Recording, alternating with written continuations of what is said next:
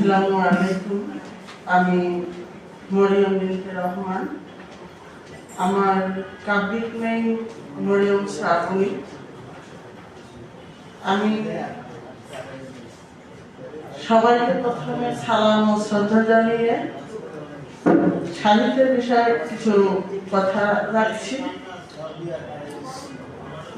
আমি শৈশব বয়স থেকেই লেখালেখির পাশাপাশি সাহিত্যের প্রতি বেশ আসক্ততা ছিল।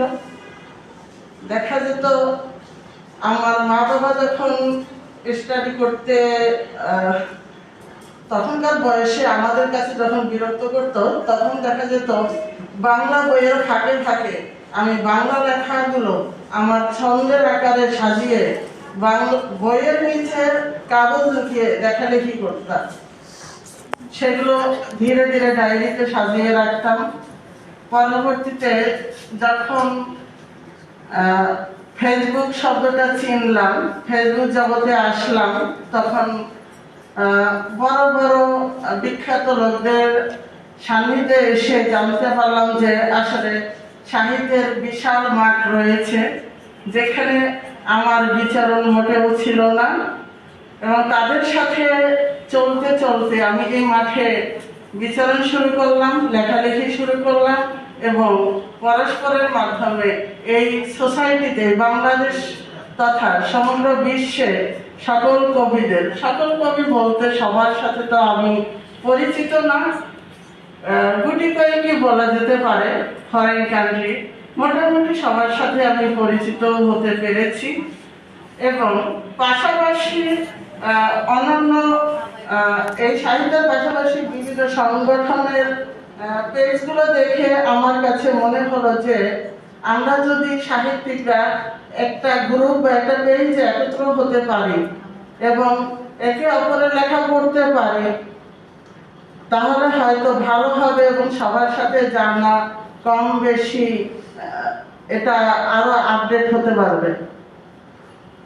তো আমরা নারীরা বেশিরভাগ আনন্দের চেয়ে হয়তো বা কষ্টের মধ্যে থাকি বেশি, আমাদের দুঃখটা বেশি ছেয়ে রাখে।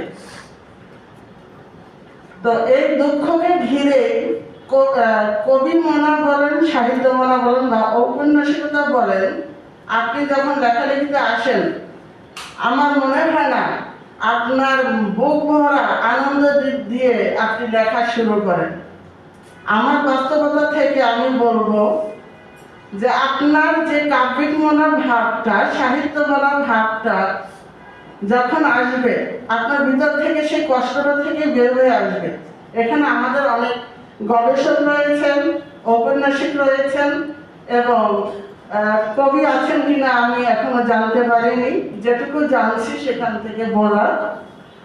প্রতিবাদী লেখকও রয়েছেন, আমি প্রতিবাদীর ভিতরে একজন। ছোটবেলা থেকেই আমি প্রতিবাদীটা বেশ পছন্দ করি, বিশেষ করে নজরুলকে আমার খুব ভালো লাগে। আবার যদি বিষাদের দিকে তাকাই তাহলে আমি রবীন্দ্রনাথকে খুঁজে নিই। যদি আমার সেই পল্লী তথা আমার গ্রামের সাইড খুঁজতে চাই, তখন আমি আমার জসীমউদ্দিনকে খুঁজে নিই। হয়তোবা আপনারা তাই। এখানে যারা ফরেন কান্ট্রিতে আছেন আমার মনে হয় তারা হয়তো যদি কোনো কবিতার মাঝে ঢুকে যান, আমার মনে হয় কায়কোবাদকে স্মরণ করে নেন। আমাদের সেই কায়কোবাদের কবিতাটা হয়তো বা সবাই পড়ে এসেছেন পাঠ্যপুস্তকে। সতত হেনদ তুমি পর মোর মনে, সতত তোমার কথা ভাবিয়ে বিরলে, সতত যেমতি লোক নিশার স্বপনে, শোনে মায়ের মন্ত্র ধ্বনি তব করে করে। এটা Michael, sorry Michael Madhusudan Dutta. Sorry আমার বলারটা ভুল হয়েছে, মাইকেল মধুসূদন দত্ত। তো আমি পেশাগত লাইফে একজন শিক্ষক, কলেজের প্রফেসর, ইংলিশ লেকচারার। তো বাংলায় যদিও লেখালেখি করি, এক দেশ থেকে আরেক দেশে আসছি, মাঝখানে ত্রুটি হতেই পারে, আমি ফেরেশতা নই, মানব মাত্র। তো ভুল যদি সবার মাঝেই আছে, তো এই জন্য আমি ক্ষমা চাচ্ছি। আমি আমার যে কারণে আজকের এখানে অবস্থান, আমার গ্রুপের নাম নীলকাব্য সাহিত্য পরিষদ।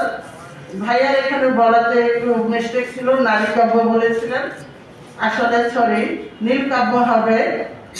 আমি তো শুরুতে বলেছিলাম যে নীল কাব্য বিষাদ থেকে কবিতা। তো আমার ব্যক্তিগত এবং আমার গ্রুপের যে কমিটির লোকজন আছে সবার মতামত নিয়ে এই নীল মানে বিষে ভরা আর কি কষ্ট, সেই কষ্টটা থেকেই এই নীল কাব্যটা আমি সিলেকশন করেছি। এখানে 10K প্লাস কবি সাহিত্যিক রয়েছেন এবং বিশ্ববিখ্যাত বলে ভুল হবে, 21 পদক প্রাপ্ত আপনারা চিনবেন আসলাম সানি, তারপরে রেজাউদ্দিন এস্টালিন, তারপরে শামীম রুমি টিটন, বিশিষ্ট কবি সাহিত্যিক সবাই আমার এই গ্রুপে যুক্ত আছেন।